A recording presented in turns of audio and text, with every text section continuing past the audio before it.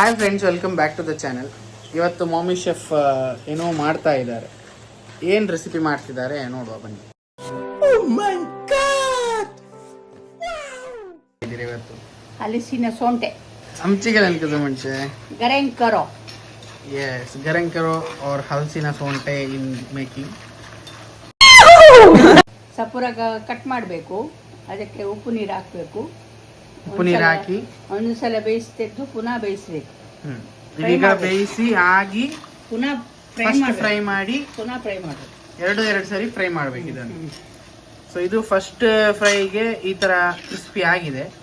So second fry ಆಗುವಾಗ ಇನ್ನೂ crispy ಆಗ್ತದೆ.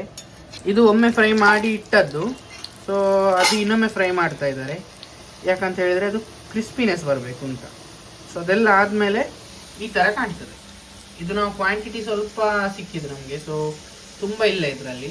ಸೊ ಇದೇ ನೀವು ತುಂಬ ಕ್ವಾಂಟಿಟಿಯಲ್ಲಿ ಮಾಡೋದಾದರೆ ದೊಡ್ಡ ಕಡೆ ಇಟ್ಟು ದೊಡ್ಡದ್ರಲ್ಲಿ ಫ್ರೈ ಮಾಡಿ ತಿನ್ಬೋದು, ಚಂದ ಇರ್ತದೆ. ಇದು ಬೆಸ್ಟ್ ಕಾಂಬಿನೇಷನ್ ಇದಕ್ಕೆ ಅಂತ ಹೇಳಿದ್ರೆ ಇದೇನಾಗ್ತಾ ಉಂಟು ಇಲ್ಲಿ, ಇದು ಚಹಾ ಆಗ್ತಾ ಉಂಟು.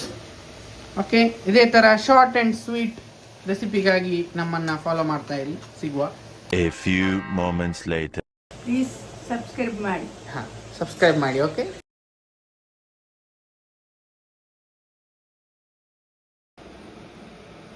Later.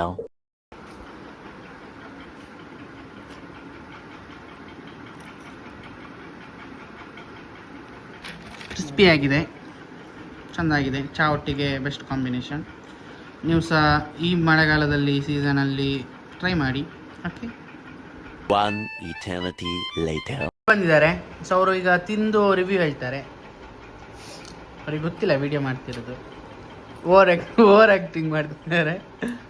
ಹೇಗಾಗಿದೆ? ಸೂಪರ್ ಆಗಿದೆ, ಸತ್ಯ. ಅವ್ರು ಇನ್ನೊಂದು ತಿಂತಾ ಇದ್ದಾರೆ ಅಂತ ಹೇಳಿ ನನಗೇನಾ? ಹೌದು, ತಿನ್ನಿ. ಬಾಯ್.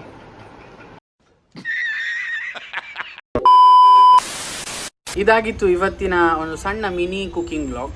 ಸೊ ಇದೇ ಥರ ಕುಕಿಂಗ್ ಬ್ಲಾಗ್ ಇಷ್ಟ ಆಗ್ತಾ ಇದೆ ಅಂತ ಆದರೆ ಕಮೆಂಟ್ ಸೆಕ್ಷನಲ್ಲಿ ಹೇಳಿ. ಸೊ ಇನ್ನಷ್ಟು ವ್ಲಾಗ್ ಜೊತೆ ನಾವು ಬರ್ತೇವೆ. ಅಲ್ಲಿ ತನಕ ಪ್ಲೀಸ್ ಸಪೋರ್ಟ್ ಮಾಡಿ, ಸಬ್ಸ್ಕ್ರೈಬ್ ಮಾಡಿ, ಶೇರ್ ಮಾಡಿ ಫ್ರೆಂಡ್ಸ್ ಜೊತೆ. ಬಾಯ್ ಬಾಯ್.